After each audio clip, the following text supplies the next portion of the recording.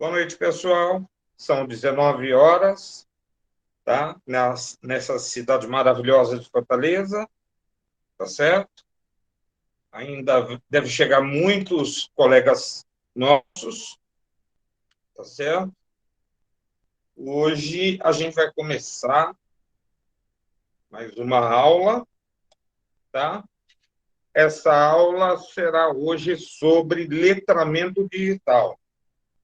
E uma coisa que é importante a gente mencionar, apesar da aula passada ser sobre redes sociais na educação, eu geralmente costumo trabalhar, costumo trabalhar primeiro o letramento digital, tá? Para depois trabalhar, tá? Com as redes sociais na educação, tá certo? Então, a gente geralmente começa pelo letramento digital, tá? Aí, analisando as coisas na aula passada, eu vi que não havia sido trabalhado ainda o letramento digital, tá certo? Então, hoje a gente vai avançar no letramento digital. É uma aula densa, tem muita coisa para a gente assimilar, principalmente nós que somos pedagogos, educadores, temos muita coisa para assimilar, tá? É por isso que eu estou esperando também um pouco para ficar mais ou menos definido o número da turma, tá? E eu peço que vocês coloquem o nome completo e o número de matrícula no chat, tá certo? Isso daí seria um favor. Estou sendo auxiliado pelo Neto, tá certo? Fala, Neto. Boa noite pessoal. Pronto. O Neto ele é funcionário da UFC, mas ele também é um mestrando, tá?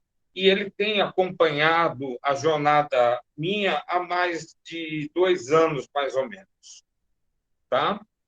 Então, para ele, esse tema também é interessante, porque com certeza ele vai precisar na vida, mesmo não sendo pedagogo, tá certo?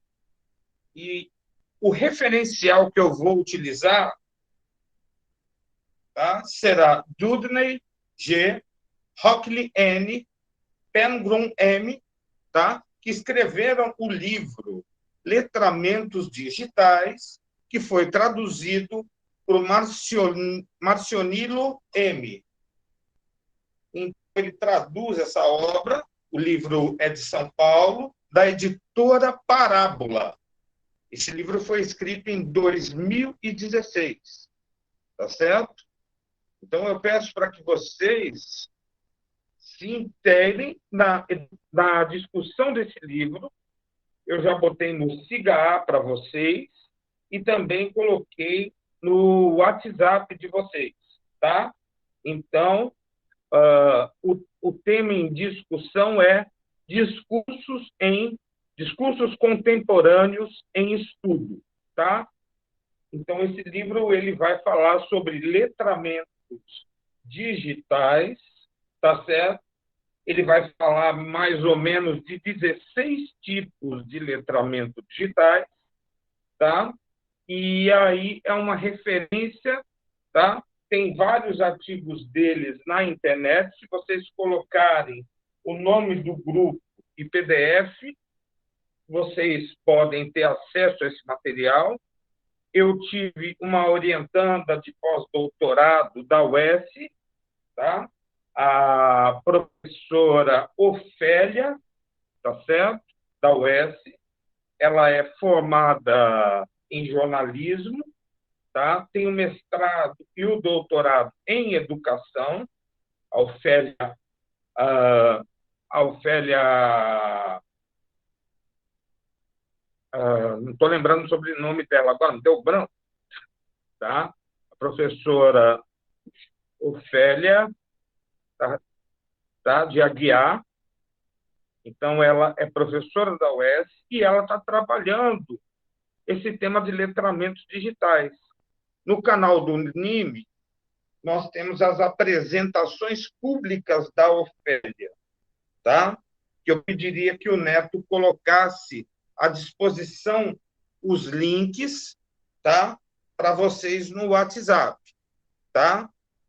Então, por quê? Porque no pós-doutorado você precisa ter apresentação pública, e o ano passado foi o ano da pandemia, então a ideia de fazer as apresentações nos preocupou muito. Nós colocamos 3 apresentações dela, tá? Contemplando mais ou menos 6 horas de aula, fizemos um seminário, tá? Não teve muita gente, mas as poucas pessoas que estavam ali ou eram docentes de outras universidades ou pessoas que trabalham com letramento digital, tá certo? Então, essa referência eu já deixo já para vocês, porque vamos trabalhar muito em cima desse. E aí a gente já começa a nossa apresentação. Eu começo com uma charge, tá? Que foi feita na época da pandemia pelo Duque. O endereço do Duque ele está aí, tá aí embaixo, www.duquechargista.com.br. Então, vem aí o laptop popular. Calma, menino. O download do nosso almoço não terminou, tá?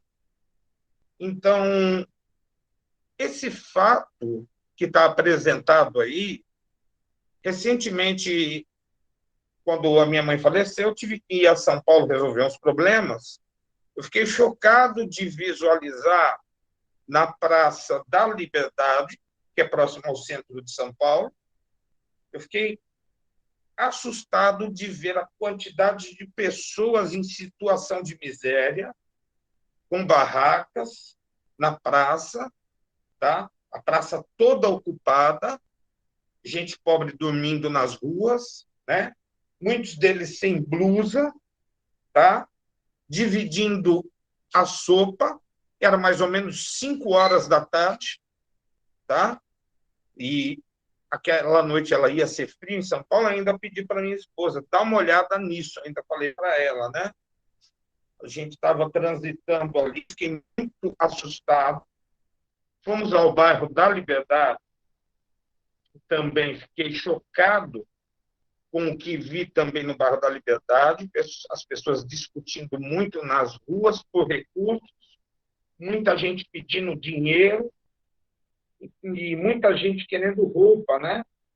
Em São Paulo, tá? Mas uma coisa me chamou a atenção, apesar disso tudo. As pessoas pobres tinham celular nas suas mãos e tinham acesso à internet, porque em determinados pontos da cidade você tem acesso à internet para poder pegar o ônibus, tá? Então, isso foi uma situação que me chocou muito em São Paulo, tá certo? E estive também no Rio de Janeiro, eu vi a mesma coisa acontecendo, só que de uma forma mais violenta, tá? E eu estive também no interior de São Paulo. E no interior de São Paulo havia uma higienização dos moradores de rua. Mas nos 3 casos, o que me chamou a atenção é que todos tinham acesso à internet, muitos brigavam até para ficar em determinado canto, porque aquele local tinha acesso, tá? Então, isso me chamou muito a atenção, tá? E, de certa forma, essas coisas definem um pouco o que nós vimos por aí, tá? seja de segunda mão, ou seja um telefone que muitas vezes foi adquirido de uma forma lícita ou ilícita, tá? As pessoas estão assimilando a tecnologia. Eu não estou dizendo nem que isso seja bom, nem que isso seja ruim. É apenas um fato que a gente pode constatar na nossa sociedade. Então, vamos já dizer que se define por letramento digital o modo como os indivíduos eles buscam conhecimentos e saberes por meio das tecnologias digitais de informação e comunicação, as TDIC, para favorecer sua autoaprendizagem, desenvolvimento e cultura digital com um pensamento reflexivo e meta-reflexivo, favorecendo a criatividade e inclusão social. Se a gente for pensar que vários cadastros, hoje em dia, a gente vê isso aqui em Fortaleza, em outras capitais, vários tipos de acesso a projetos sociais do governo federal se dá por meio dos cadastros, tá?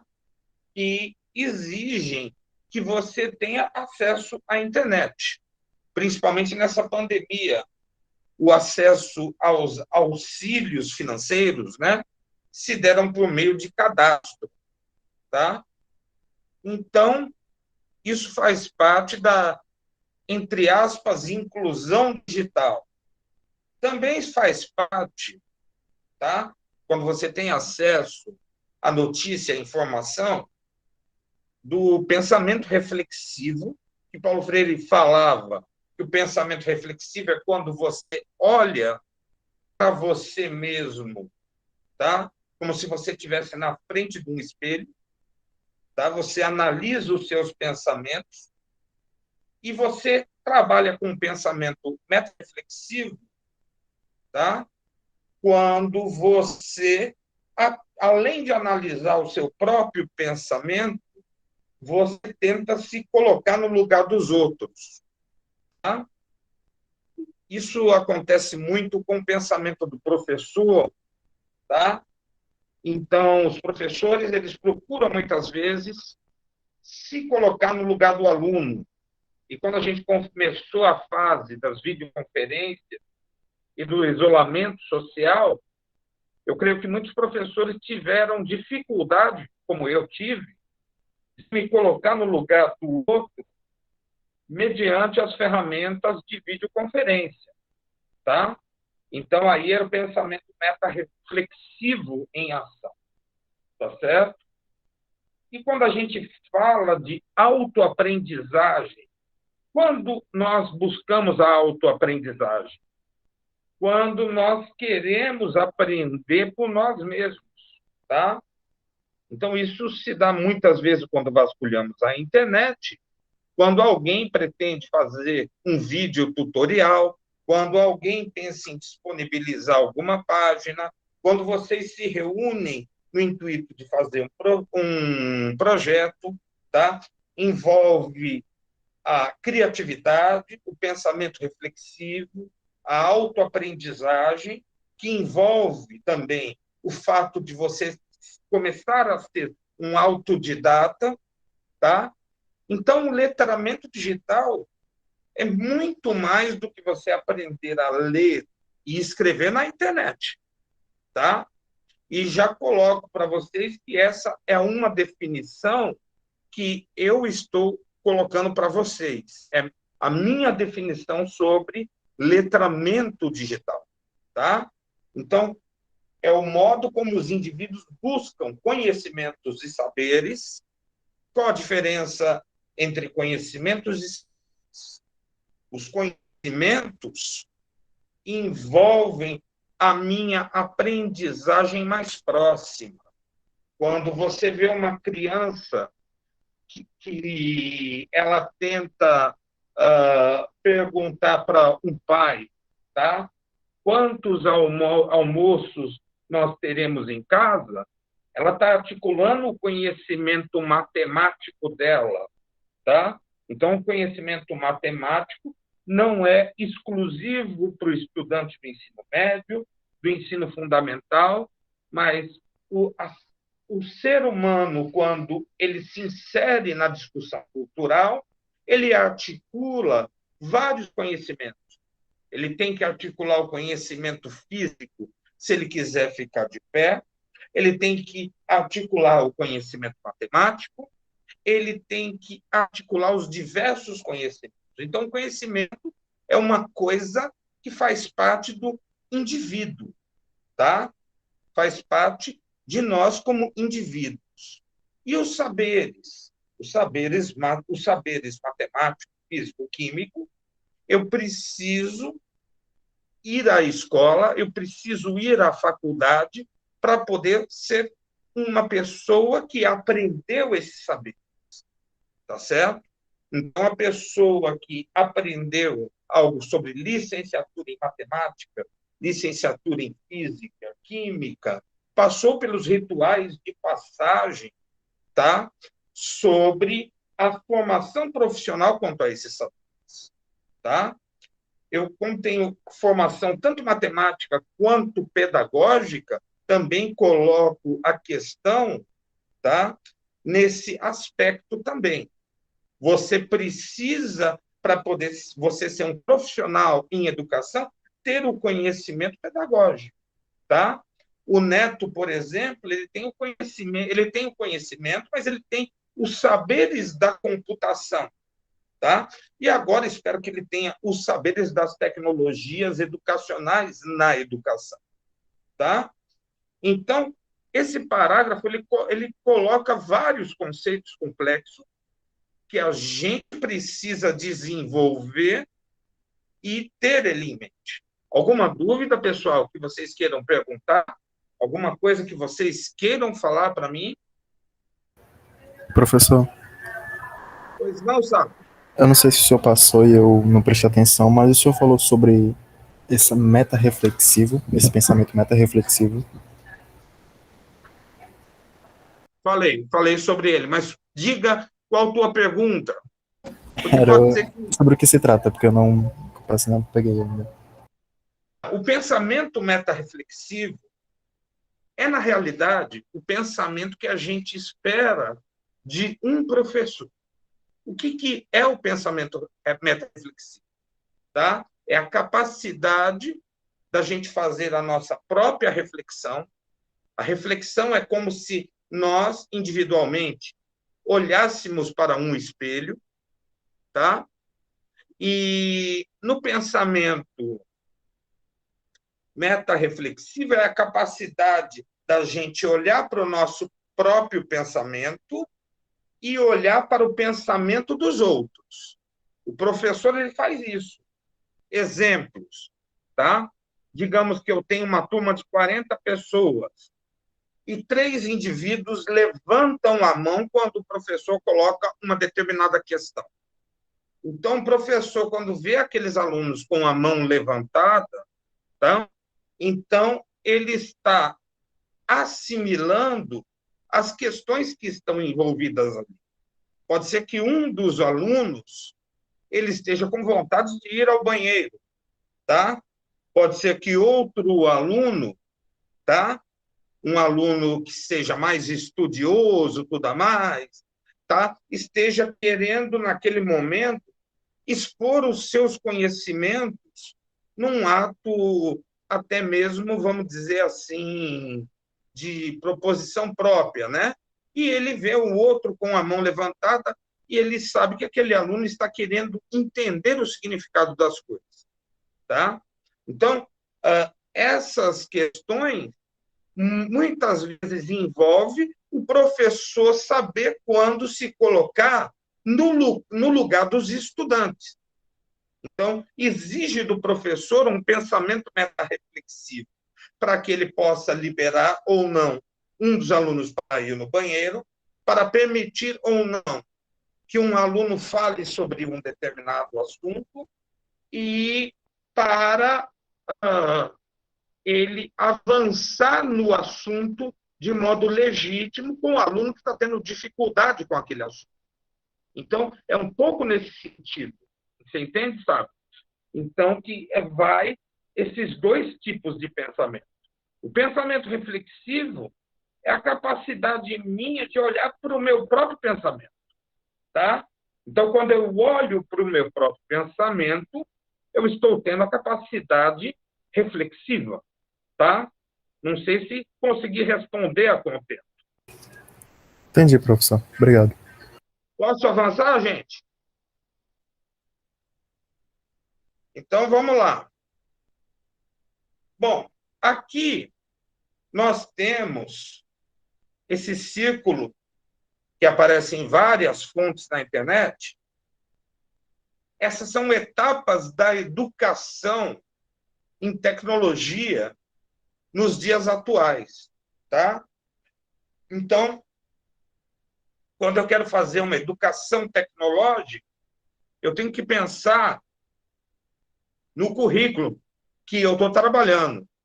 Antes de mais nada, Carlos Eduardo, fique tranquilo, porque as várias pessoas têm problemas diferentes e também eu creio que não é tão fácil chegar em casa, gente. A gente está começando a discussão agora. Então, veja só. Essas 3 etapas que estão colocadas aí, tá?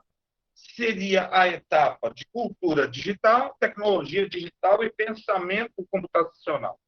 São 3 dimensões diferentes da aprendizagem sobre tecnologias que nós temos, tá? Se eu for falar sobre a aprendizagem em tecnologias digitais, eu estou falando sobre a comunicação e as redes, tá? Eu estou falando sobre o hardware e o software, tá? E eu estou falando sobre representação de dados, tá? E muitas vezes, quando eu estou navegando, por exemplo, num Uber que trabalha com geolocalização, tá? É um tipo de representação de dados. Quando eu trabalho no site, é outro tipo de representação de dados, tá? Então, aqui eu já estou trabalhando com um currículo em tecnologias educacionais, tá?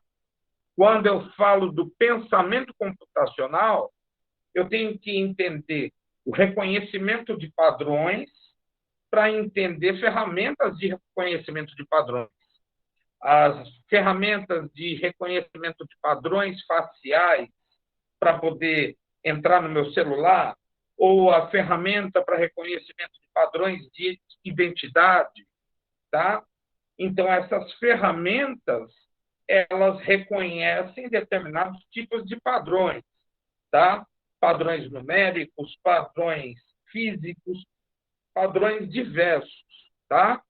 Eu preciso também entender quando que eu posso fazer a decomposição desses padrões. Então, no momento que eu estou programando, eu estou trabalhando com essa decomposição de padrões, tá? Quando eu lido com algoritmos, que são os algoritmos? A forma mais simples de explicar um algoritmo é a forma da receita, tá? O caderninho de receita está cheio de algoritmos, tá?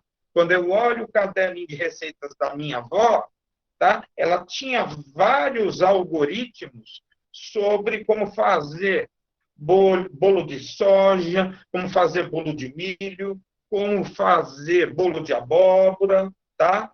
Assim como fazer doce de abóbora. Então, tinha vários desses tipos. Mas, professor, o senhor está falando de culinária? Estou, porque ali eram os algoritmos que nós tínhamos, os procedimentos que nós tínhamos para aquelas ações. Tá? Outras ações exigem outros procedimentos. Tá certo? Na nossa vida, nós lidamos com algoritmos o tempo todo. Tá certo? E esses algoritmos, eles podem ser, tá? Digitais, ou eles podem ser algoritmos, tá certo? De uma cultura mais mecânica, tá? eu não vou dizer digital e analógico, porque ambos desses padrões são eletrônicos, tá? Mas eu posso dizer que um algoritmo pode ser mecânico, tá? E posso dizer que quando a minha avó estava diante de uma máquina de costura, ela estava mexendo com um computador no qual ela trabalhava inicialmente com tecidos de uma forma mecânica, tá? Então, são formas de algoritmo. E poderia falar de uma quarta coisa sobre o pensamento computacional, a abstração computacional, tá? E essa abstração computacional, ela envolve a lógica, envolve a matemática, tá? E envolve proposições lógicas, tá? E proposições matemáticas que foram desenvolvidas desde o século XIX, 1860, 1850, até os anos 1930, tá? Momentos anteriores à criação do computador digital, tá? E hoje vem se desenvolvendo essa abstração computacional nos cursos de lógica que nós temos, tá certo? Temos aqui no Brasil, por exemplo, Sociedade Brasileira de Lógica, da qual eu participo, sempre buscando entender a abstração computacional, tá? Quando o Krieg, que era um bioquímico, né? E o outro cientista que trabalhava com ele desvendaram a dupla hélice do DNA, eles fizeram uma abstração computacional, uma abstração baseada na computação que estava começando a se desenvolver, tá certo? E aí temos a parte da cultura digital. A cultura digital, ela envolve o letramento digital, do qual nós vamos falar hoje, envolve também a cidadania digital, tá? Que está muito ligada também ao letramento digital, e envolve aspectos da tecnologia e da sociedade digital, tá certo? Então, a partir desse círculo, com essas três características, nós podemos identificar as etapas e os aspectos da educação digital, tá certo? Então, hoje nós vamos começar a falar sobre o letramento digital. Com efeito, podemos definir em linhas gerais o letramento digital como a capacidade de ler e escrever com as novas mídias. Isso envolve uma série de questões instigantes. Porém, é importante reforçar que não há contraposições entre o letramento focado na leitura e na escrita e os novos letramentos. A relação é de sobreposição e hibridismo, principalmente de prolongamento. Por exemplo, ao entrar numa conta de e-mail para criar uma mensagem, utilizamos a leitura e a escrita, que agora ocupam também o espaço digital. Até o século XX, a leitura e a escrita de textos eram básicas e fundamentais, e, em certo sentido, suficientes para você ser cidadão. O livro foi a expressão do projeto moderno, tá? Mas para ser um cidadão dentro dessa sociedade pós-moderna, tá? Pleno nos dias de hoje, há necessidade de agregar aquelas competências, as habilidades que envolvem os letramentos digitais. Estes encontram na internet o seu símbolo, dando forma à sociedade em rede, da qual fala Manuel Castells, em 2010. Tá? Então, o Richard Romancini, tá?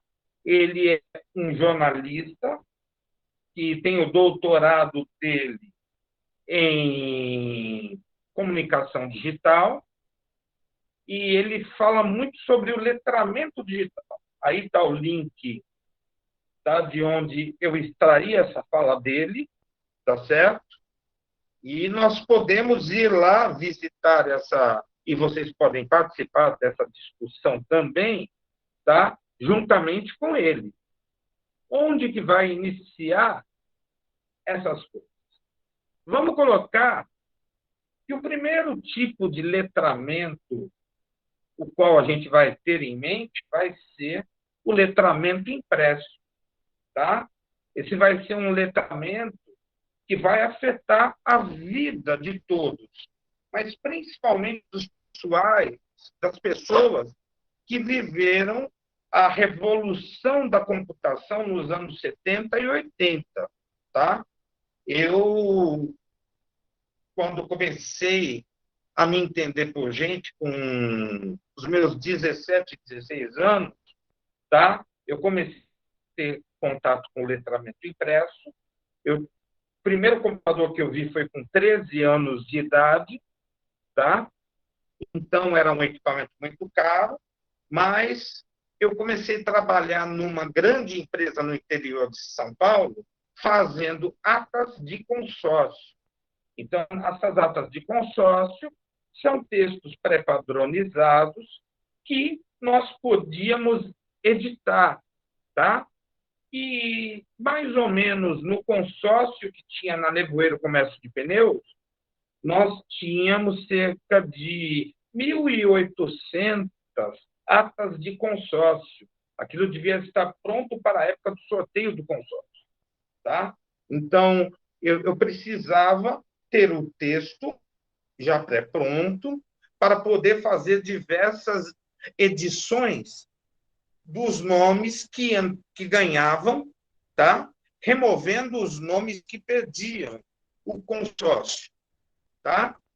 Então, o letramento impresso consiste na criação e na compreensão da escrita online, que é diferente da escrita tradicional. Se eu fosse fazer numa máquina de escrever essas atas, se eu errasse uma letra na ata, eu precisava macetar todo o papel, jogar fora e começar a escrever de novo. Então, se um dia eu não tivesse legal e eu tivesse mais erros para imprimir essas atas, tá? Então, eu precisava digitar N vezes na máquina de escrever.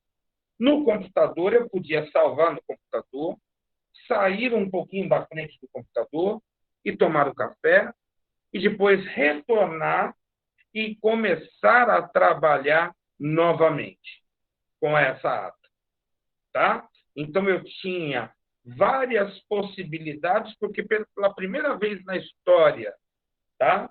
Nós podíamos editar o texto, modificar o texto, porque o computador ele permitia essas operações.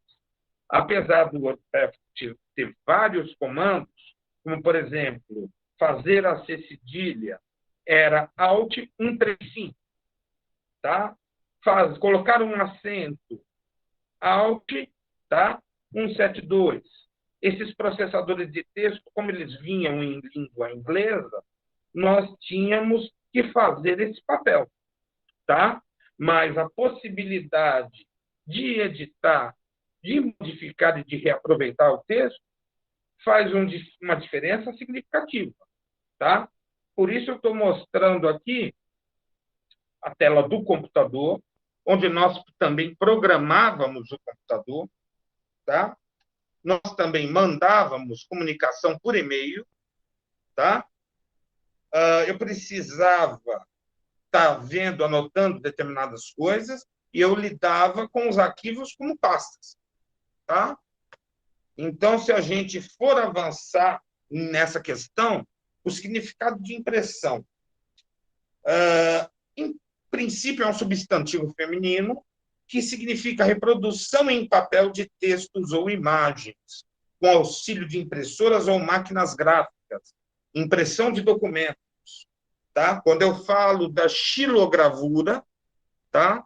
Xilogravura do século XVIII e do século XVII, na qual eu pegava um pedaço de madeira e eu alterava aquele pedaço de madeira para poder fazer uma impressão, ou no papel, tá? Ou fazer uma impressão sobre um tecido, uma superfície, tá? Eu já tinha o efeito da impressão, tá certo? Esse efeito da impressão vem com a descoberta de Gutenberg, tá? Principalmente da impressão chinesa. E na China se fazia a impressão pela construção de tipos gráficos, tá? Na sociedade, tá? Na Espanha, em Portugal, vão surgir os menestréis, que são revistas de comunicação. Na França também vão surgir pequenas revistas, em que as pessoas elas vão fazer o quê? A xilografura no papel, tá? Então, aí, esse significado de impressão, tá? A reprodução do texto em imagens, tá? Com auxílio de impressora ou máquinas gráficas, começa a surgir. Mas, com o computador, a impressora ela toma uma outra dimensão. Antigamente, todo mundo tinha sua impressora em casa para uso diário, tá? Hoje eu tenho a impressora aqui em casa, tá? Não necessariamente para o uso diário, tá? Mas, de uma forma figurada também,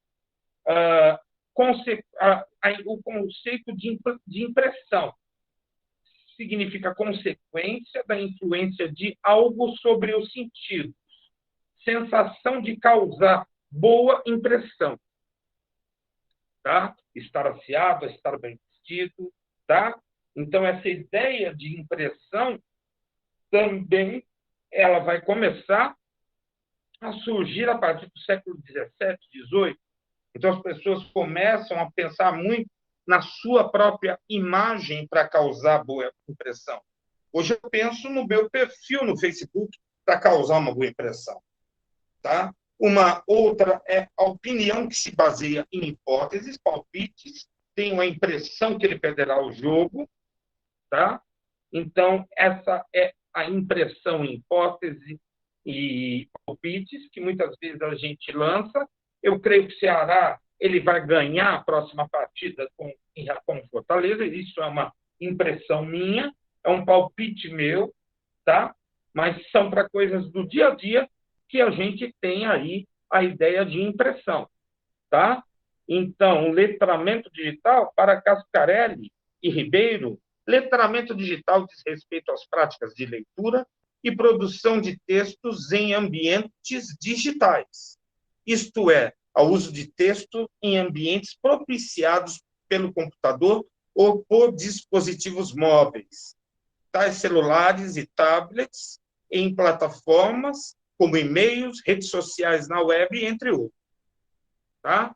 Então, aqui, a gente já tem uma definição, mais ou menos, do letramento impresso. Neto, você gostaria de comentar alguma coisa? Eu acho importante o Neto, se ele puder comentar algo, porque ele é um profissional na área. Vamos lá. Diga, Neto. Alô? 1, 2, 3, Neto. Câmbio.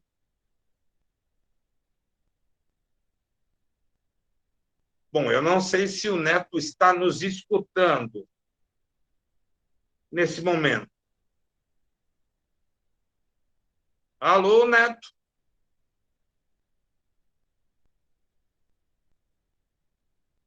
Bom, então, já que o Neto não nos fala, alguém gostaria de falar? Ou fazer alguma pergunta?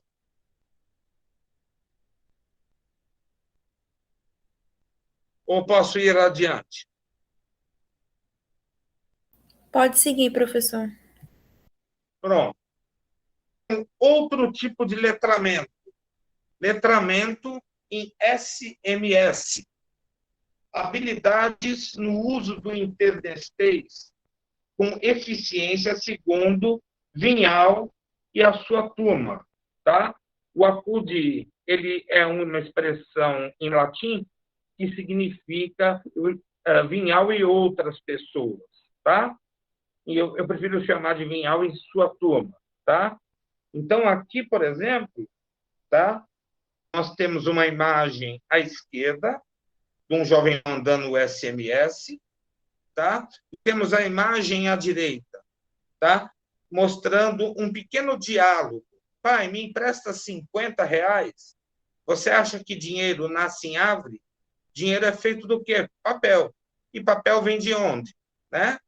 Então, aqui é um típico diálogo em SMS, tá? Eu me lembro que antigamente, nos anos 90, 96, 97, 98, nós tínhamos um chat, que era o nosso WhatsApp da época, que era o ICQ, tá?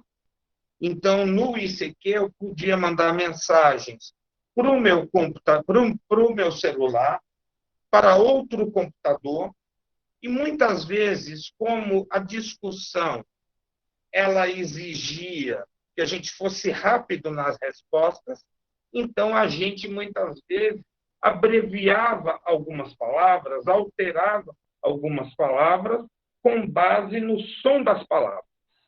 Então, por exemplo, nos anos 90 era muito comum em língua portuguesa, ao invés de eu falar você, falar VC, tá certo?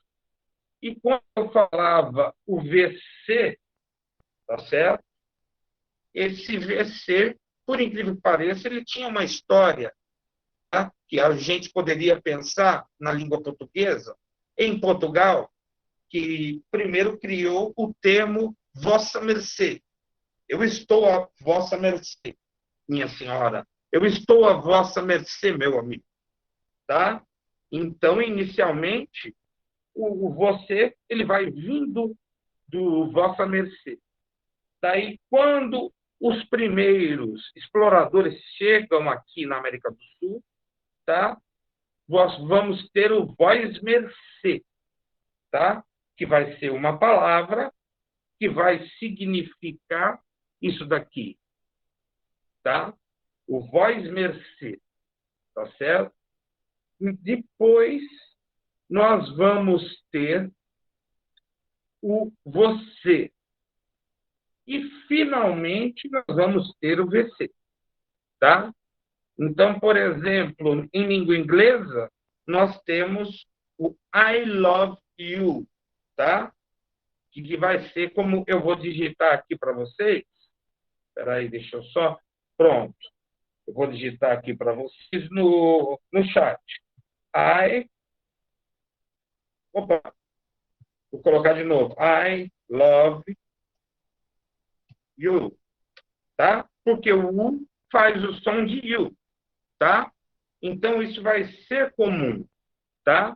A Claudiana Moreira está colocando, professor, a Wikipédia é uma fonte confiável, já que me parece que é uma página que todos podem acreditar em algo? Boa pergunta, tá, Claudiana?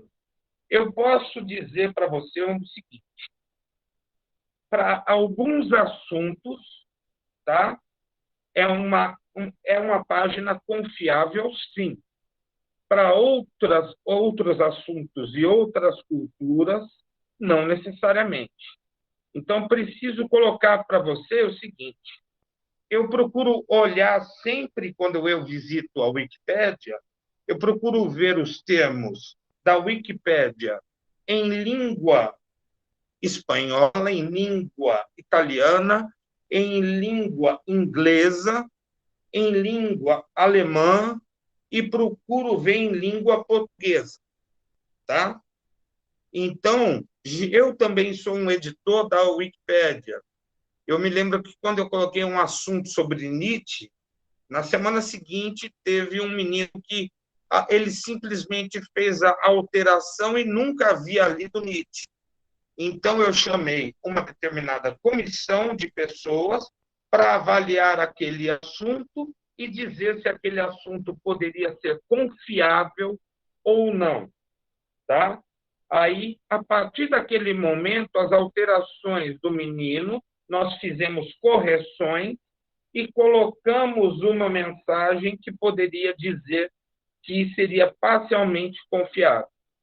Em 2004, o pessoal da Inglaterra pesquisou a Enciclopédia Barça e também a Wikipédia. E o pessoal fez a seguinte descrição em 2010, que tanto a Barça quanto a Wikipédia poderiam ser consideradas do mesmo nível de confiabilidade, tá? Então, podemos dizer que a Wikipédia ela tem a mesma quantidade de confiabilidade que a Enciclopédia Barça, tá? Em 2016, por conta de interesses políticos, vários bolsominions invadiram a Wikipédia. Então, foi uma época em que as comissões para cada termo desenvolvido e colocado na internet tiveram que entrar em ação. Tá? Em 2018, nós tivemos a seguinte avaliação. Para áreas como bioquímica, matemática, física, tá? A Wikipédia era mais confiável do que em áreas como filosofia, letras, em outras áreas, tá? Então, a questão não é se ela é totalmente confiável. A questão é a gente verificar quais são as áreas que são confiáveis e você verificar as Wikipédias em línguas e contextos diferentes. Tá certo? Eu não sei se isso responde à tua questão, Claudiana. Tá? Posso avançar, gente?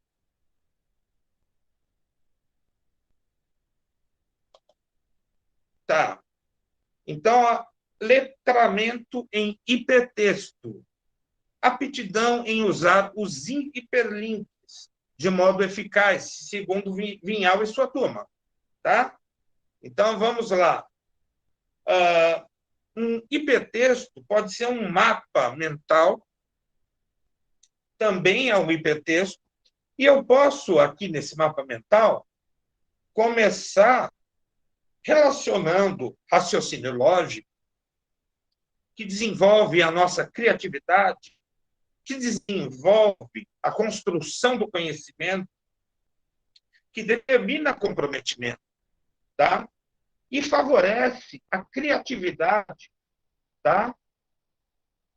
Assim como, tá? Permite a integração dos conhecimentos com a realidade, disciplinas e conteúdos diferentes. Veja bem que eu poderia criar vários textos a partir de um mapa mental, porque o hiperlink ele funciona assim, tá? Então, com a palavra relaciona, eu posso associar a reflexão, posso associar a tomada de decisão, a raciocínio lógico, organização, observação, questionamento, tá? Posso desenvolver criatividade, raciocínio lógico, construção de conhecimento, posso associar a criatividade ao favorecer a criatividade, favorecer a autonomia, tá? A construção de conhecimentos pode favorecer. Então, veja bem, os hiperlinks eles funcionam um pouco como uma leitura diferenciada que cada indivíduo vai fazer sobre um determinado texto. A Wikipédia, que já foi mencionada aqui, ela funciona um pouco nesse tipo. Então, quando eu começo a explorar aqui, por exemplo, começo a pesquisar um termo como hipertexto, ele vai me apresentar a definição sobre hipertexto, mas vai me apresentar palavras em azul. Essas palavras em azul, elas são hipertextos, são hiperlinks. Quando eu clico nela, daí eu já vou para um outro texto, tá? E esse outro texto me permite fazer uma leitura diferenciada no seguinte aspecto. Ela permite que eu vá para outro determinado texto, mobilizando a minha criatividade, tá? Então, temos aqui diversos hipertextos que se associam com o significado de hipertexto, assim como World Wide Web, tá? Que seria o quê? Tá? World Wide Web, tá? É a definição que nós temos sobre a navegação na internet, tá?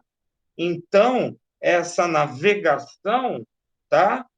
Ela acontece por meio de vídeos, sons, hipertextos e imagens também.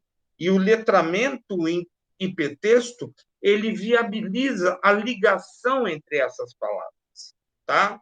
Quando começamos a desenvolver os wikis, que não está só na Wikipédia, tá? Quando começamos a trabalhar com o wiki em diversas perspectivas, nós começamos a trabalhar um pouco dessas definições, tá?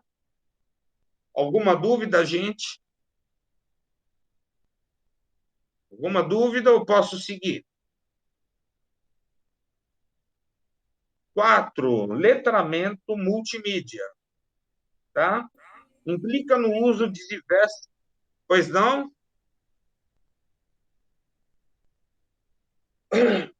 Implica no uso de diversas mídias na interpretação textual de qualidade segundo Vinhal e sua turma, tá? Então, aqui eu posso ter um sujeito num computador, no outro computador, no outro computador, no outro, fazendo atividades diferentes. Essa aqui está no chat, tá? Que está relacionado a imagens, tá? Esse aqui, por exemplo, pode estar no YouTube verificando vídeos, que pode ter uma ligação com música, áudio. Esse aqui está num e-mail, tá? Que pode ter ligação com o uso de jogos. E essa aqui está numa câmera digital, tá? Que pode estar num grupo jogando, tá? Então, o letramento multimídia, ele vai mostrar um pouco dessa capacidade de podermos manipular as diversas mídias, tá? E aí eu já faço uma pergunta para vocês, tá? Essas perguntas eu acho importante que vocês façam para vocês mesmos. Quais são as mídias que você mais utiliza?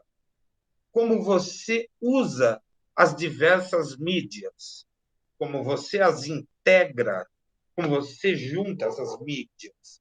E como você também é capaz de diferenciar essas mídias? Essas mídias podem ser fotografias, podem ser ícones, podem ser vídeos, tá? Podem ser filmes, pode ser um rolo de filmes também que eu tenho gravado no computador, pode ser a gravação de um vídeo em semiprofissional, profissional, pode ser a utilização de um play, pode ser a utilização de uma câmera, tá? Pode ser a utilização do áudio, microfone, som, tá? Pode ser a utilização dos diversos recursos que eu tenho lá, tá? E a gente precisa ter com clareza esse letramento multimídia. Tem pessoas que são muito boas em trabalhar o letramento multimídia, tá? E tem pessoas que vão ter mais dificuldades nesse letramento. Mas é um letramento que dá um diferencial significativo às pessoas que dominam esse tipo de letramento, tá? Por exemplo, tenho tanta informação do coronavírus no meu celular que ele nem vibra mais, ele tosse, tá certo? Então, aí, tá?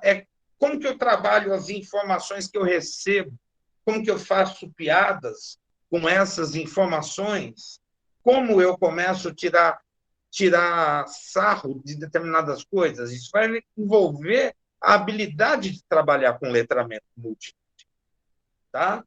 Letramento em jogos digitais. Eu garanto que nessa turma tem alguém que gosta de jogos digitais, tá? Se trata de um tipo de macroletramento, pois se relaciona a outros letramentos no que diz respeito aos objetivos do jogo, em interações eficientes e modo de navegabilidade, afins. relacionados aos processos individuais e coletivos almejados pelo jogo, segundo Vinhal, citado, tá? Segundo Vinhal e sua turma. Tá? Então, o letramento digital envolve como eu vou navegar, tá? Em cada tipo de jogo que eu estou. Tá certo? Então, aqui nós temos uma pessoa no tablet, outro tablet, a pessoa pode estar no seu notebook, esse caso aqui, e esse aqui pode estar num óculos de realidade virtual, pode estar passando as suas transparências dentro de um jogo. Tá certo? O letramento em jogos digitais, a gente vê muitas vezes alguns aspectos interessantes, tá? Como a navegabilidade, a comunicação, tá? E quando nós pegamos determinados caminhos específicos dentro do algoritmo para podermos entrar em uma subrotina do jogo, tá?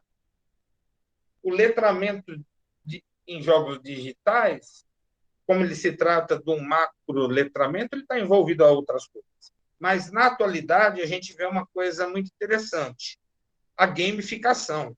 Muitas pessoas falam sobre a gamificação, tá? E, em termos educacionais, quando eu desenvolvo um determinado curso, eu posso colocar elementos nesse curso que funcionam de modo gamificado, como, por exemplo, no Desafio Sebrae, que é um curso tradicional de formação de pessoas em negócios. Essas pessoas vão formar uma equipe, cada equipe vai trabalhar com outras equipes e são colocados desafios na forma de jogos, tá? Então, esses desafios, à medida que vão sendo vencidos, ele se torna um jogo competitivo, tá? Porque existem dois tipos de jogos: os jogos competitivos e os jogos colaborativos. Nos jogos competitivos, ou se ganha ou se perde. Nos jogos colaborativos, ou todo mundo ganha ou todo mundo perde. Tá? Então, no Desafio Sebrae, eu cheguei a participar com um grupo que nós formamos no Multimeio. Nós chegamos a ir até a semifinal do Desafio Sebrae na nossa época, tá? Que era por volta lá de 2003, 2004, tá? E é um dos primeiros exemplos que eu falo sobre gamificação, tá? Que a gamificação não é necessariamente um jogo, mas usa elementos de um jogo, tá certo? Tá? Então, o letramento pessoal. Nesse letramento se pode observar a eficácia nos objetivos individuais, quanto à navegabilidade, por exemplo. Por tal motivo, se relaciona ao letramento em jogos digitais, pois atender objetivos de um jogo se trata da habilidade de atender necessidades bem pessoais, quanto o ato de jogar, o que configura uma certa habilidade introspectiva que pode ser desvelada conforme, segundo Vinhal e sua turma, é mencionado.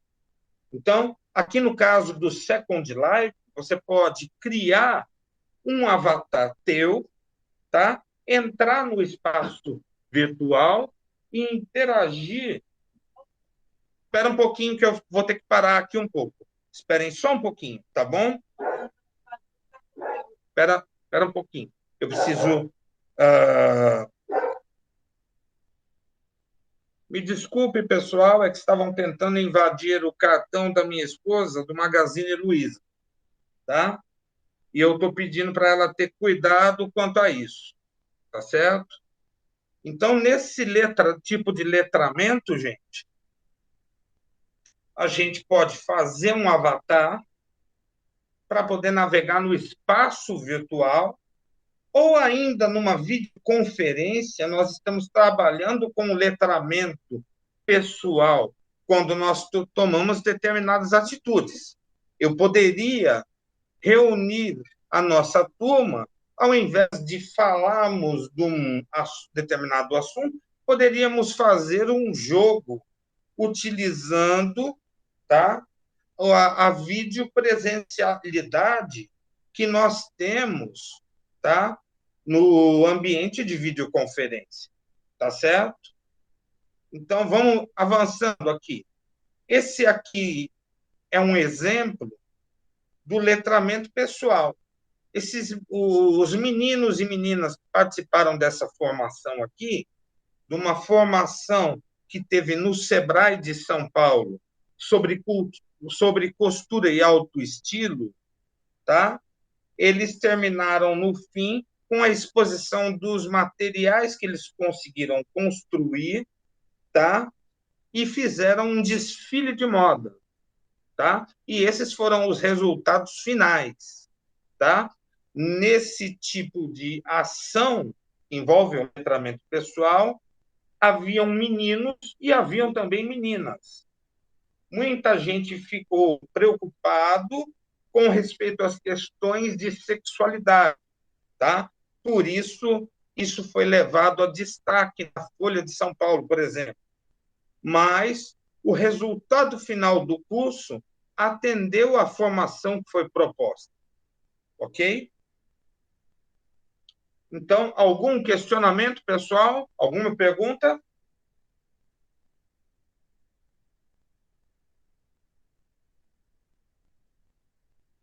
Posso seguir adiante, gente?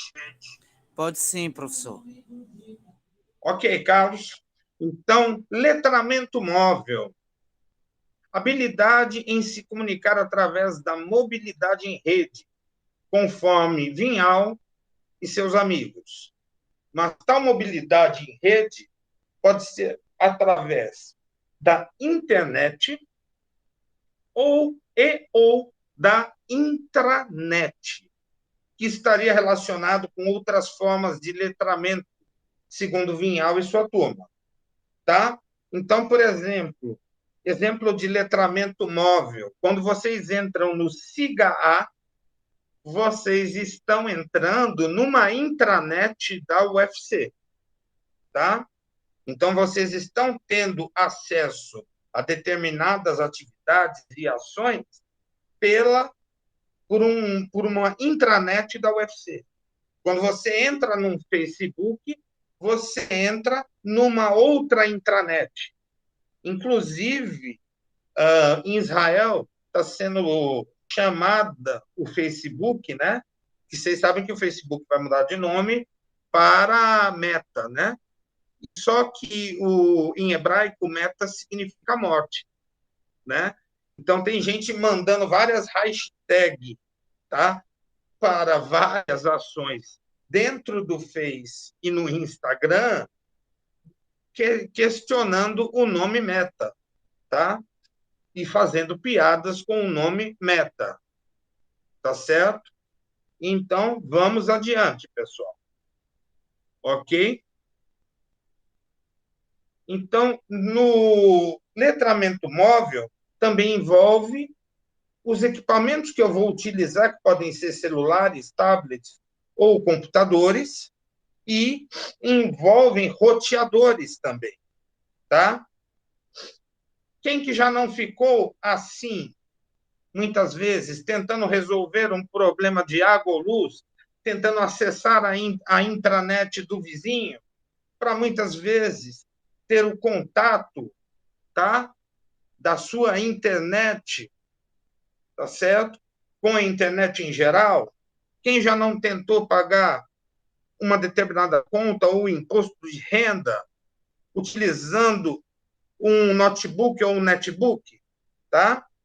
Então, aqui são aspectos da navegação móvel. Essa navegação móvel tem a ver com letramento em rede. Consiste em entender o funcionamento de uma rede internet, uma rede intranet ou em entender o funcionamento da própria sociedade, tá? Nós nos comunicamos, por exemplo, aqui através de redes sociais, mas poderíamos estar presencialmente nos comunicando, tá? Assim como poderíamos estar propalando um vírus, eu preciso entender as conexões entre as pessoas. Então, aqui eu tenho, vamos dizer, cada nó, tá? Como uma pessoa, tá? E cada link, que é essa linha de ligação, tá? Faz parte da rede da pessoa.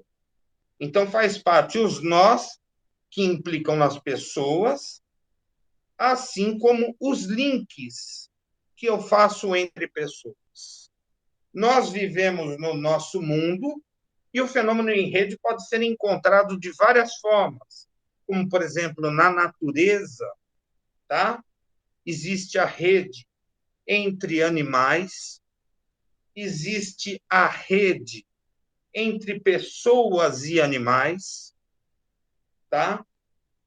Existem redes familiares, tá? E eu posso entender determinados fenômenos tentando entender nós e links, que fazem parte da teoria dos gráficos, tá? Que é uma teoria matemática que explica como funciona os nós e os links, tá? Então, esse aqui é um tipo de letramento, tá? O letramento em informações consiste na habilidade de, a partir de dados, obter significados que constituem informações, bem como pela manipulação de informações e dos dados para obter conhecimentos que possam ser úteis na resolução de problemas.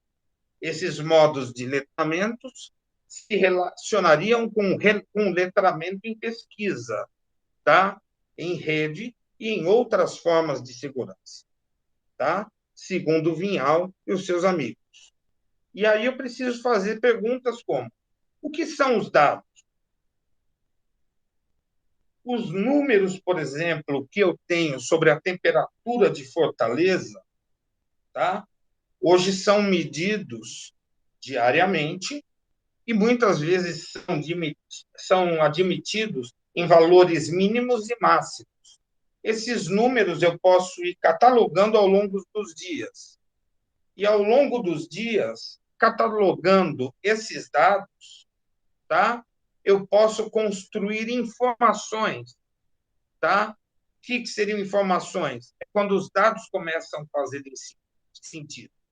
Então, num dia eu vejo Fortaleza 20 graus, no outro dia 22, no outro dia 23 graus, tá? Daí a máxima do dia começa 29 graus, 31 graus, 32 graus, 33, 34, 34, 34, 34. E aí, pessoal, o que significa isso para nós? Alguém consegue dar significado a esses dados?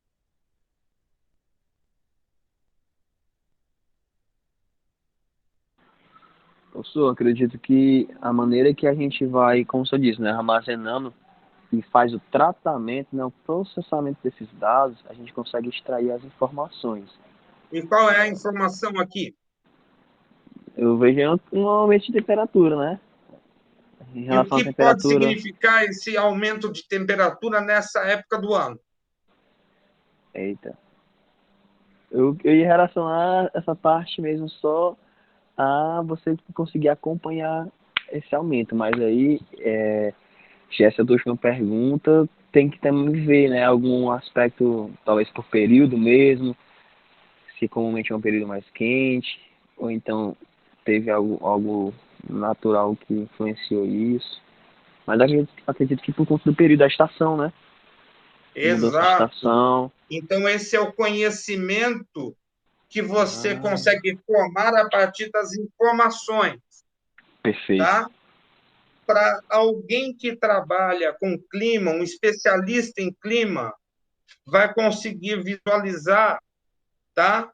Essas médias históricas dizendo cada ano está ficando mais quente a essa época do ano, tá? Ou pode significar uma tempestade solar, tá?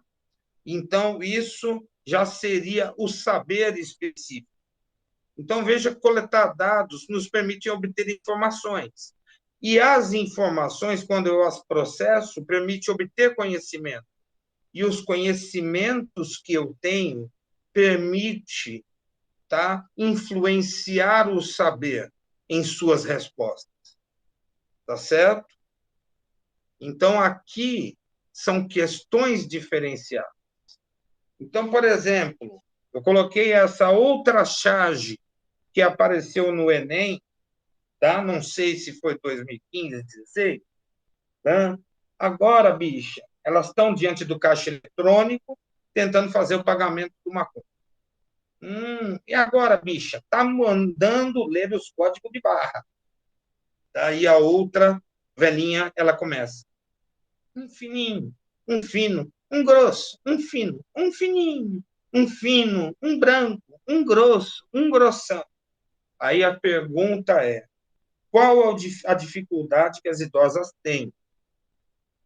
E o B, a deficiência na leitura do código de barra representa a falta de informação sobre letramento digital. Explica, tá? Quais as dificuldades de leitura e quais informações elas querem. Tá certo? Então, por exemplo, elas não sabem como passar aquele papel num leitor de barras. Quem já viu isso ocorrer com o QR Code? Tá? Muita gente tem dificuldade de trabalhar com QR Code na atualidade. Tá? Seja na televisão, seja no computador. Quando eu vou entrar no Facebook pelo computador, eu preciso saber o que significa um QR Code. Tá? Eu preciso saber captar a informação com QR Code. Tá? Décimo, letramento em pesquisa. Permite um uso de motores de busca e o conhecimento de suas funcionalidades e limitações destes recursos. Permite obter resultados para o que se deseja investigar de modo heurístico, e quando eu uso essa palavra heurística, é a arte de resolver problemas, tá?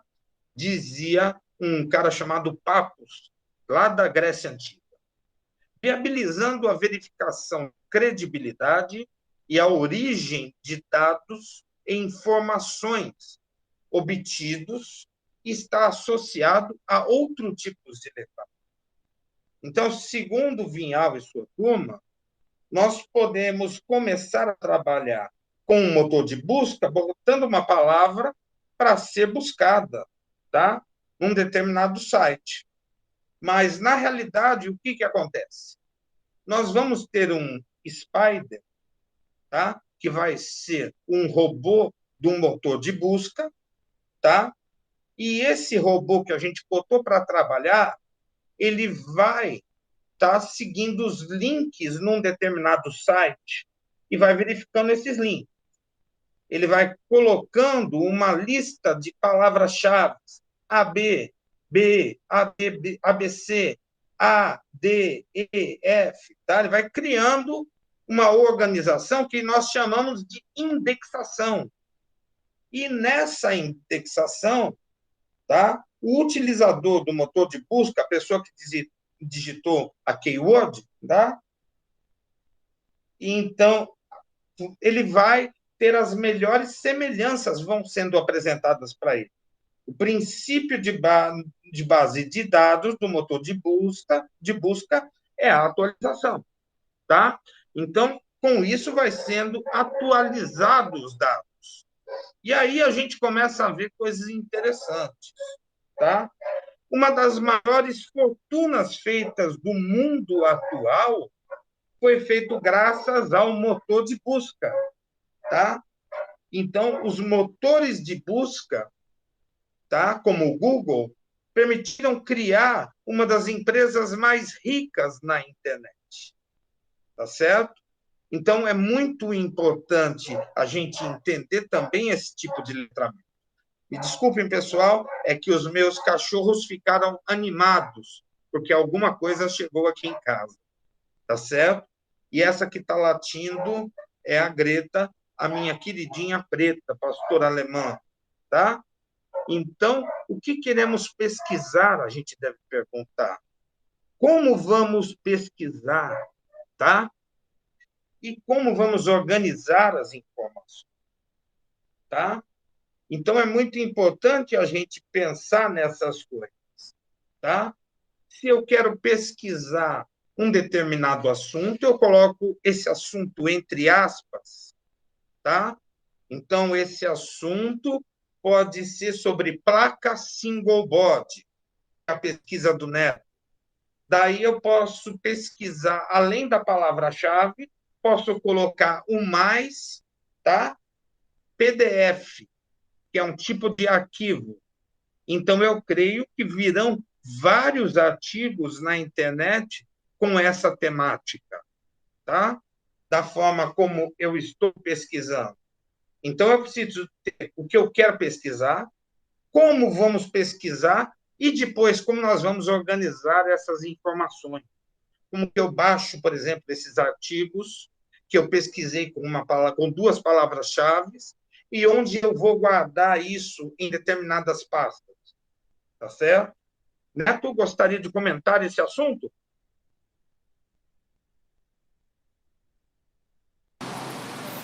Professor, na verdade, eu estou aprendendo muito, né, com a sua aula. Só lhe agradecer mesmo por estar fazendo esse mix aí.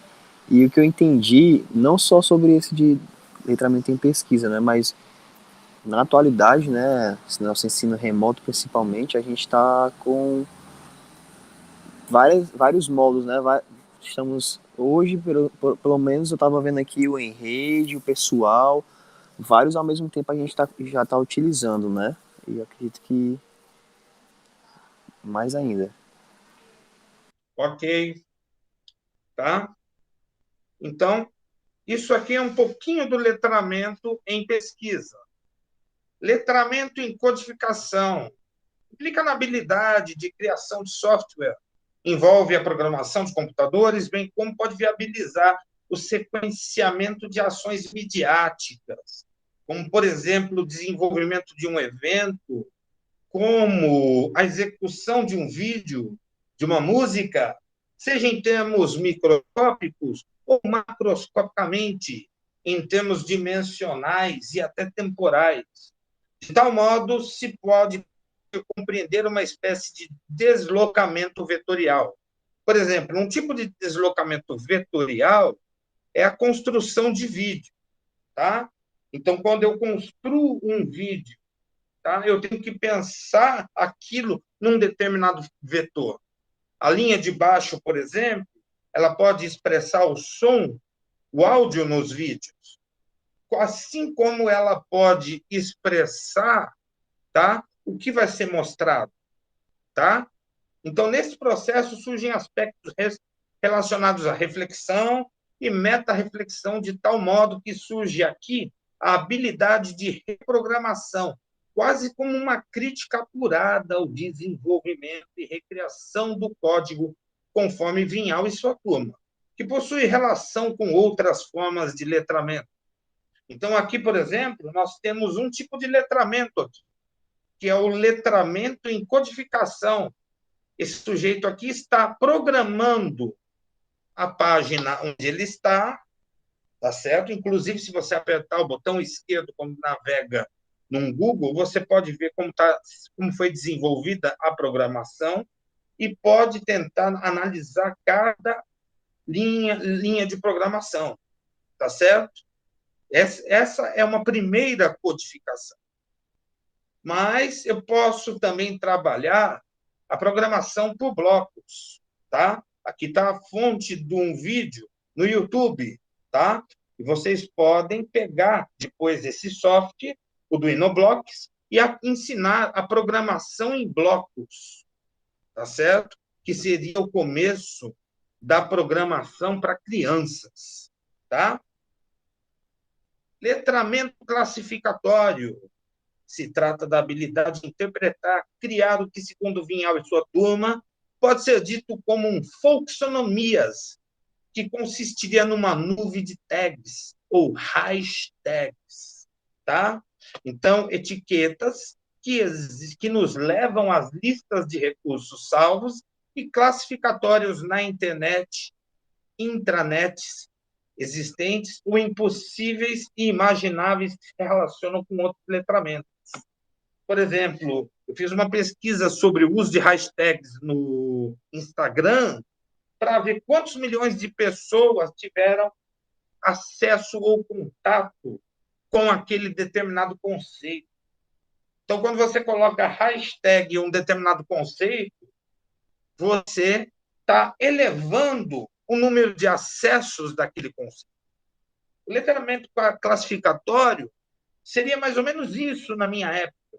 Seria uma lousa onde nós colocaríamos várias fórmulas sobre matemática. Na minha época, eu digo que era assim, no quadro negro, com muito conteúdo, era da gente ficar bolado. E o assunto que está sendo discutido aqui é o cálculo de distância, se a gente for olhar no fundo. Tá? Aqui nós temos a fórmula de delta, menos b mais ou menos raiz quadrada de 4, AC dividido por 2A, tá? Temos aqui as diversas fórmulas, temos aqui uma equação que me diz muito sobre processos que podem ser no formato seno-cosseno, posso estar trabalhando com circularidade.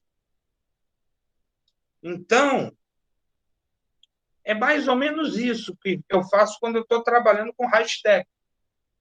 Um exemplo que nós temos é na Fátima Bernardes, todo dia de manhã. Ela vai trabalhar os assuntos mais falados no dia. Então, se de repente aqui for um colégio, pode ser esses os assuntos mais falados. Em primeiro lugar, o assunto matemática. Em segundo lugar, o assunto linguagem. Em terceiro lugar, o assunto poderia ser física ou filosofia. Então, vejam os assuntos mais interessantes e, à medida que vai diminuindo o tamanho das palavras, vai diminuindo também o tamanho da importância dos assuntos. Eis a fonte aqui de um recurso, o Infogram, que permite trabalhar o uso desses recursos. Então, agora, veja só como é trabalhado esses recursos. Nós preparamos questionários. Esses questionários, nós podemos apresentar o dado a partir de diversos gráficos, tá certo? E eu posso enviar para os meus alunos, ou posso enviar para o Facebook, para ver a opinião das pessoas. Ou posso colocar no formato de um joguinho, tá? Que era um hábito feito em épocas de eleição, tá?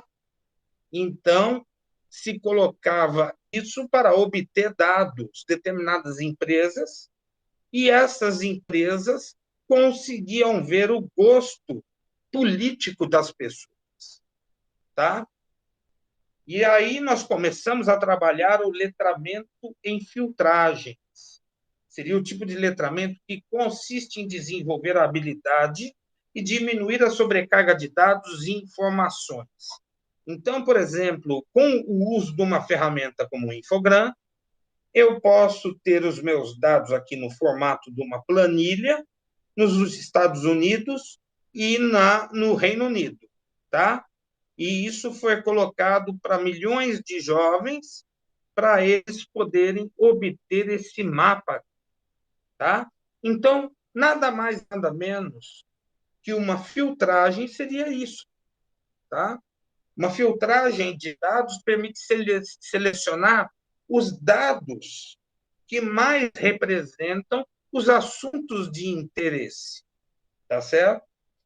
Claro que matemática nunca ia ser uma palavra tão grande assim, tá? Mas nós poderíamos explorar isso com nossos alunos, com nossos professores, e aí eu já chamo a atenção de vocês que, explorando o letramento de infiltragem, o professor João Batista, da UES, ele começou a trabalhar, junto com outros professores, tá? Na UAP da UES, ele começou a trabalhar a opinião das pessoas no transcorrer do curso, tá certo?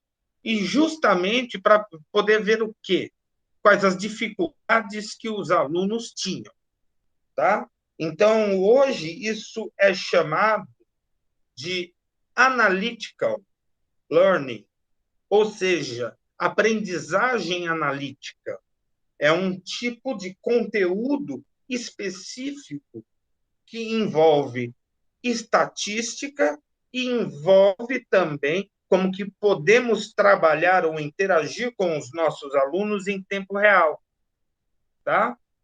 Letramento participativo envolve a possibilidade de contribuir para a inteligência coletiva em redes digitais, tendo como possibilidade a ressignificação de conceitos e ideias, tá?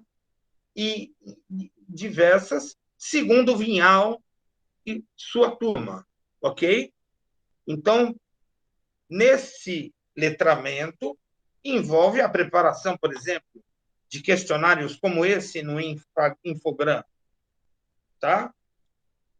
Era aqui que houve um travamento básico aqui. Deixa eu ver aqui. A gente está quase no final.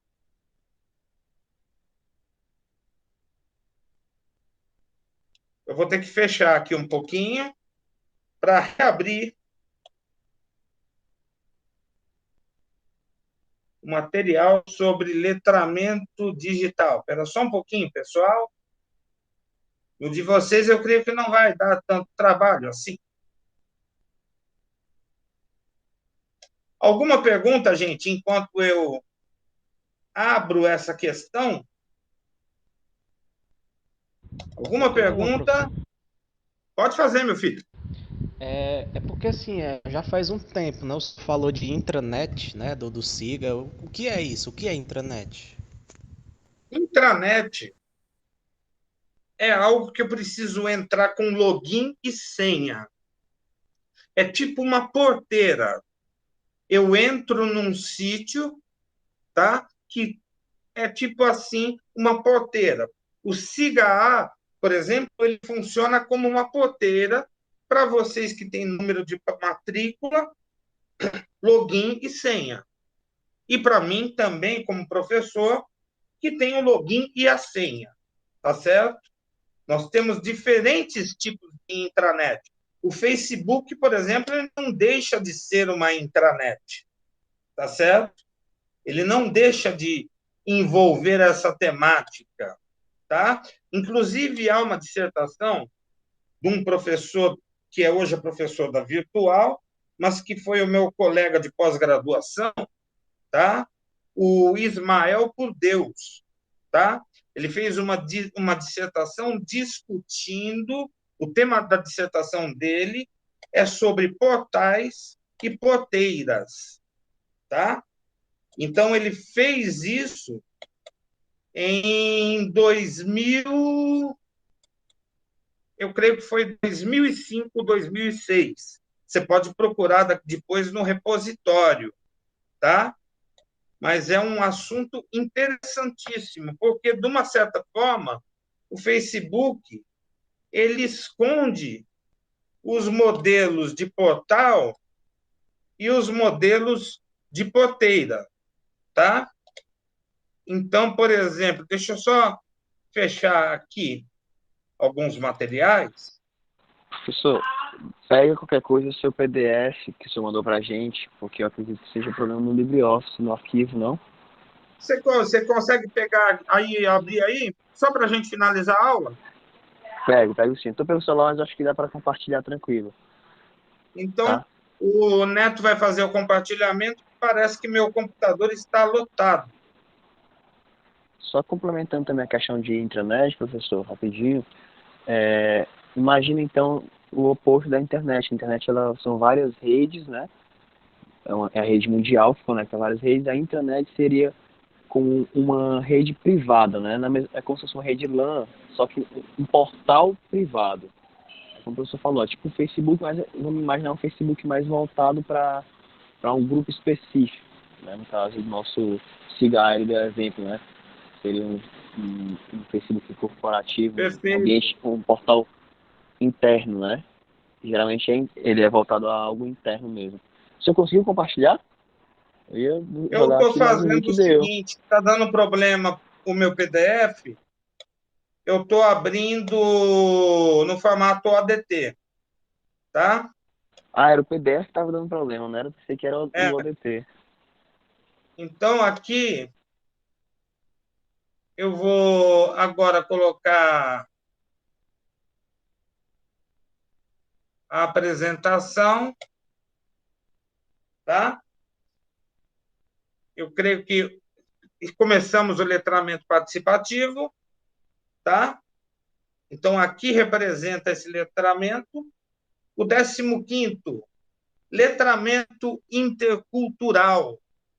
Consiste na habilidade de interagir em diversos contextos culturais de forma interpretativa e plurissignificativa, na compreensão de documentos, instrumentos e ferramentas, ou seja, em termos de artefatos digitais diversos. Tá? Então, segundo Vinhal e sua turma, tá? A Wikipédia, por exemplo, se a gente for no wikipedia.org, vai ser apresentado as páginas que têm mais de 1 milhão de artigos. Tá? Mas existem páginas que estão embaixo, tá? Que a gente pode seguir na parte de baixo, que tem entre 1 milhão de artigos e 100 mil artigos. Tá? Podem estar falando e mostrando outras línguas, ou entre 100 mil artigos e 10 mil artigos, como, por exemplo, a página do Vaticano, que os profissionais do Vaticano eles exploram a língua latina, tá? Então é interessante e é intercultural também a gente poder ver a Wikipédia em português, inglês, espanhol, tá? Italiano, além de nós podermos acessar línguas diferentes, tá? Quem, por exemplo, alguma vez já utilizou o YouTube para poder verificar um seminário de literatura em italiano ou espanhol, tá? Então, isso é possibilitado para nós hoje, mas também é possibilitado para pessoas falarem besteiras, tá? Entre si, que boa parte do movimento terraplanista tem a ver com esse letramento intercultural, tá? A gente precisa fazer um bom uso intercultural desse tipo de letramento. Pronto. O último tipo de letramento mix, consiste na habilidade de criações e mixagem por meio de redes digitais e socioculturais.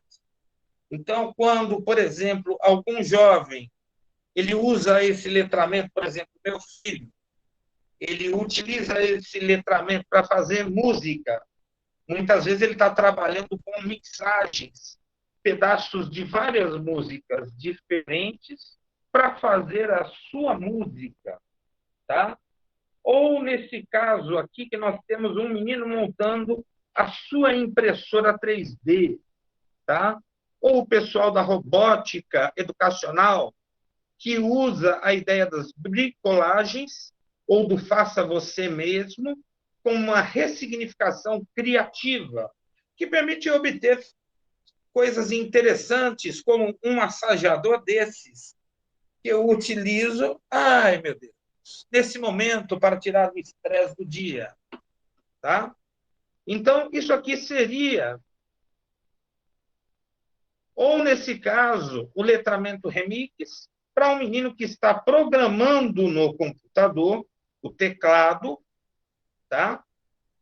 E está utilizando essas placas que ele fez para programar o teclado que ele vai utilizar, tá? Então, estão aqui os exemplos. Outro tipo de exemplo está nesse último slide, tá? Você tocar um canal, tá, de vídeos no YouTube é um trabalho danado, que envolve essa habilidade remix, tá certo? Então, eu não estou falando nem sequer sobre a qualidade desses recursos, mas estou falando desses recursos como um todo. Então, eu creio que nós terminamos a apresentação. Alguma pergunta, pessoal? Vocês queiram fazer? Alguma pergunta? Esse é o momento de vocês.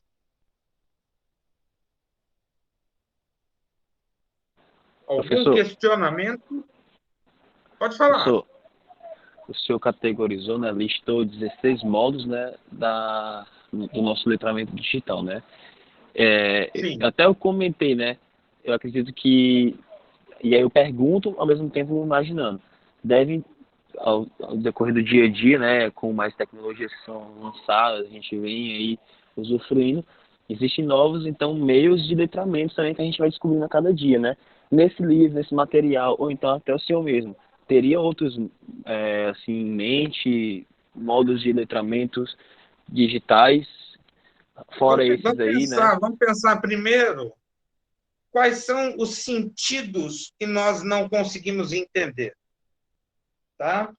Por exemplo, eu aparentemente tenho 5 sentidos.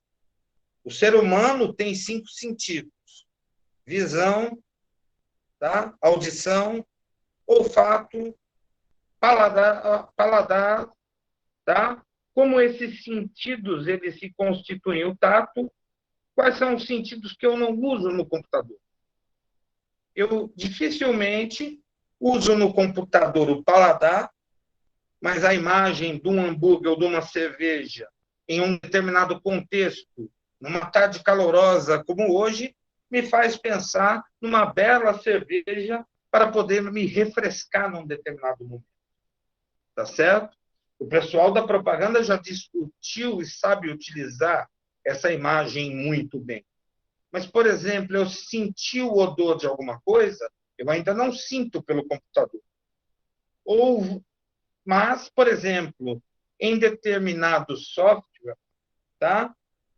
Como, por exemplo, o Second Life, eu tenho uma experiência parcial do saber voar no Second Life. Tá? Então, o que eu estou dizendo é que talvez nós não entendamos ainda a que nível vai ser colocado e vai ser desafiado o nosso cérebro nesse século XXI e no próximo século XXII, com a computação e a tecnologia. Mas essa mudança de percepção que nós temos já mostrou uma coisa, que nós podemos ser divididos em bolha, como em épocas políticas, tá? O letramento digital nosso é utilizado para diferenciar pessoas, tá? E a gente tem que ter muito cuidado e prestar muita atenção a essas coisas, pois começam com simples brincadeiras e começam com a mudança de percepção do sentido. Às vezes é necessário a gente se afastar de uma ou redes ou diversas redes sociais para a gente perceber o mundo de outra forma e voltar ao mundo vendo as coisas de outra maneira. Tá certo? Não sei se eu respondo isso. Professor, Quem fala? é a Mayra. Fala, Naira. Não sei se é bem uma dúvida, mas uma angústia, né? Porque você falou dessa coisa da percepção dos sentidos, né? E como esse mundo virtual ele pode estar alterando essa percepção dos sentidos. Eu me pergunto, porque Matrix foi um filme que Eu já vi 2 vezes, pretendo ver a terceira vez, porque eu me pergunto a que ponto que nós vamos chegar no nível Matrix, em que a gente vai conseguir Em primeiro distinguir lugar, muito. Naira, Ai, em primeiro lugar, Naira, eu preciso entender o conceito de virtual. O que é o virtual, segundo os meios de comunicação? Os meios de comunicação vão dizer que o virtual é aquilo que não existe. Mas veja só, minha esposa estava entrando agora num Magazine Luiza e estavam tentando roubar, de fato, seus dados, tá? Então, eu digo que se alguém invade a minha conta corrente e tira 100 ou 1.000 reais da minha conta corrente, eu vou sentir isso na realidade, tá? Então, o que é virtual não se opõe à realidade. Já dizia Pierre Levy, nos anos 90, tá? Então, eu preciso entender o que é o virtual e eu preciso entender e compreender o que é a atualidade, tá? Esse mundo que nós vivemos envolve tanto o mundo virtual quanto o mundo real. Mas acontece que tem pessoas que trabalham no mundo virtual que estão sempre sujeitando e inventando fake news, tá? E então nós temos que prestar atenção também a essas pessoas e verificar se o conhecimento que eles passam é legítimo ou não, tá? Por exemplo, nós precisamos, foi de uma pandemia violenta que matou várias pessoas verdadeiramente entre 2020 e 2021, para podermos falar que esse assunto de terraplanismo é uma besteira. Porque as mesmas pessoas que eram terraplanistas eram as mesmas pessoas que eram contra a vacina, que eram as mesmas pessoas que falavam sobre alternativas de cura e assim por diante. Então, acontece que o real e o virtual, tá? Eles não se opõem, são coisas que se sobrepõem. Mas nós podemos distorcer fatos no virtual e afetar a realidade de outras pessoas. Então, eu preciso entender isso no letramento digital e eu preciso entender como fazer o melhor letramento digital. Tá certo? Eu não sei se isso lhe responde, Naira. Tá? Mais perguntas, gente? responde, professor. Professor, desculpa, respondeu. Não Professor entendi. Roger. Pode falar, Neto.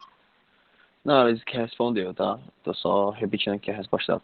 Mas assim, eu não sei se é porque também eu já cresci meio imergido nesse meio virtual, então para mim a percepção do virtual ela não é tão distante do real, né?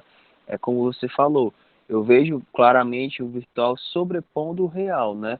E não e não e não com algo, tipo assim, como algo emulado, né? Alguma emulação de um real, né? Eu acredito que isso trouxe em questão isso também, porque ainda tem muito essa percepção de o virtual ele não está caminhando, né, com o real. E por Sim. isso muitas pessoas por trás de avatares se mostram uma coisa, né, achando que isso não vai afetar a circunstância real, né? Eu vejo muito isso. Então, assim, só repetindo, eu acho que para mim fica muito fácil isso porque é algo que eu já vi emergir há muito tempo, né? E para muita gente também dessas novas gerações, né? É algo mais fácil de você entender do que realmente algo, enfim, do que o conceito de se opor, né? Sim. A Ana Jéssica, ela faz um questionamento interessante. É até bem discutido o modo como a internet alterou a nossa percepção de tempo e espaço. Gente, isso é uma coisa que eu achei fantástico no que a Ana Jéssica está colocando para a gente. Porque, por exemplo, em termos de localidade, eu estou aqui no São Geraldo, mas semana passada eu estava em São Paulo e semana passada, não, há 2 semanas atrás, estava em São Paulo e dando aula para vocês, tá? Estava dando aula para vocês, não, estava dando aula para a turma de sexta, tá? Daí, quando eu perguntei isso, eu estou numa cidade tal, eu estou em Limoeiro do Norte, eu estou em tal local. Então, veja bem, ó, tá? Já está sendo rompido aqui algumas crendices sobre tempo e espaço. Num tempo de 1,4 segundos, eu consigo me expressar com vocês da mesma forma se eu estivesse presencialmente, mas com alguns cuidados. Por exemplo, eu posso utilizar esse botãozinho do levantar a mão, tá? Eu estou botando o botãozinho, tá certo? Tanto no celular quanto na imagem que eu tenho no computador, tá? Esse botão de levantar, ele representa para mim uma das maiores revoluções na videoconferência, surgiu na época da pandemia, tá? Nós não tínhamos o botão de levantar a mão, mas alguém teve a inteligência de expressar esse botão de levantar a mão e abrir uma fila, tá? Quando eu abro a fila, eu tenho a sequência de pessoas que levantaram a mão, tá certo? Então, eu tendo essa sequência de pessoas, estou vendo agora que o Neto levantou a mão, tá? Eu vou baixar a mão, tanto a minha mão no computador, baixei já no computador, e vou baixar a minha mão no celular, tá? Que eu uso 2 aparelhos para estar em contato com vocês. Eu estou usando o áudio do celular e vocês estão me vendo pela câmera do computador, tá? Eu poderia estar utilizando essa câmera aqui também, tá? Mas essa seria se fosse para utilizar outras coisas, tá certo? Então, veja só, eu estou utilizando artifícios que podem nos colocar mais na discussão ou menos. Diga, Neto. Eu levantei a mão para pegar o seu exemplo, né, de criar fila e tudo, mas eu também queria comentar em cima disso, né, do que a Ana Jéssica falou e também do que o senhor falou agora em relação à pandemia, né? Tanto a questão de tempo e espaço, a internet trouxe essa redução, né? Quanto a pandemia, ela trouxe um avanço tecnológico, eu acho que até para profissionais da tecnologia mesmo, né, professor? E também agora eu trago para salas de aula e para tudo, que a gente não teve em 10 anos. Eu posso dar um exemplo, né? Eu posso, assim, trazer um Um dado, exemplo uma que eu informação posso minha, dar né? para vocês. Tá? Deixa eu ver aqui se eu consigo já esse exemplo, aplicar efeitos visuais. Então, eu posso aplicar efeitos visuais, por exemplo, pronto, eu consigo hoje estar em uma nave espacial, tá certo? Eu consigo estar imerso no fundo do mar. Ou poderia ainda estar com os meus amiguinhos aqui numa sala de educação infantil. Mas é isso que eu estava, se posso falar novamente, né? Nesse período a gente sentiu necessidades e trabalhou em cima de, de aperfeiçoar coisas que não estavam sendo focadas antes. A gente evoluiu muito, né? O senhor falou, esse botão de levantar a mão, esses recursos de mudar o ambiente. E fora isso, né? O trabalho remoto se aperfeiçoou muito nesse momento. Por isso que a gente... Muitas pessoas, viu, Neto, têm utilizado, eu vejo vários professores entrando numa discussão, querendo mostrar a sua biblioteca ao fundo. Engraçado que utiliza a imagem da biblioteca ao fundo, né?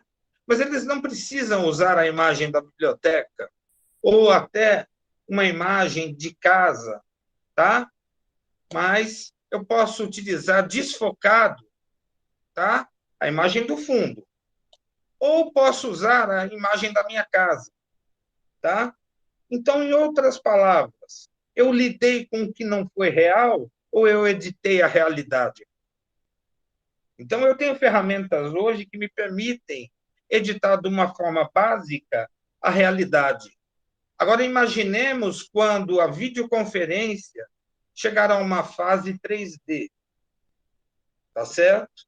Então, será que nós vamos ter uma percepção diferenciada, tá? Eu trabalho com algo chamado neurofeedback, tá? Então, no neurofeedback, você pode navegar utilizando uma touca, tá? Que permite pegar permite emitir determinadas sensações cerebrais. E você pode reprogramar o cérebro a partir do áudio e do vídeo. Nós ainda não sabemos o limite ao qual possamos chegar, mas chegar à situação do Matrix, no qual nós temos, em primeiro lugar, uma estrutura, tá? E depois, naquela estrutura, ele carrega vários programas como aplicativos. Ele poderia carregar uma arma, ele poderia carregar mais pessoas e assim por diante. Pode ser algo que se torne uma verdadeira necessidade. Veja só que em 1999, há mais ou menos 22 anos atrás, no laboratório multimeios aí na UFC, nós estávamos testando uma ferramenta, tá, de videoconferência que só suportava uma pessoa, tá? Era muito difícil carregar duas pessoas. Então, naquela época, nós pensávamos, vai chegar uma época em que poderemos ter uma sala de aula com 30, 40 pessoas. Parece que essa época chegou 22 anos depois. Tá certo? Então, quando chegará a época em que nós teremos a ferramenta que nos permita trabalhar essa perspectiva em 3D? Tá certo? Ana Jéssica, eu espero que talvez eu esteja vivo para ver isso, mas eu coloco para vocês, vai precisar de um pedagogo para o pessoal não endoidar o cabeção, tá certo? Então, essa é a nossa aula final por hoje, tá certo, gente? Medo eu tenho, Naira. A Naira falou que medo, tá? A Ana Jéssica concordou comigo, tá? A Jéssica Pessoa, eu acho que ela quis dizer alguma coisa, não conseguiu completar. Mas para nós que estamos nessa nova fase da nossa realidade, eu acho que devemos trabalhar com ferramentas à distância, né? E devemos aprender mais sobre a presencialidade. Obrigado, Carlos Eduardo. Foi ótimo, professor, diz o Carlos Eduardo. Boa noite também para vocês. Um abraço, uma ótima semana para vocês, um grande abraço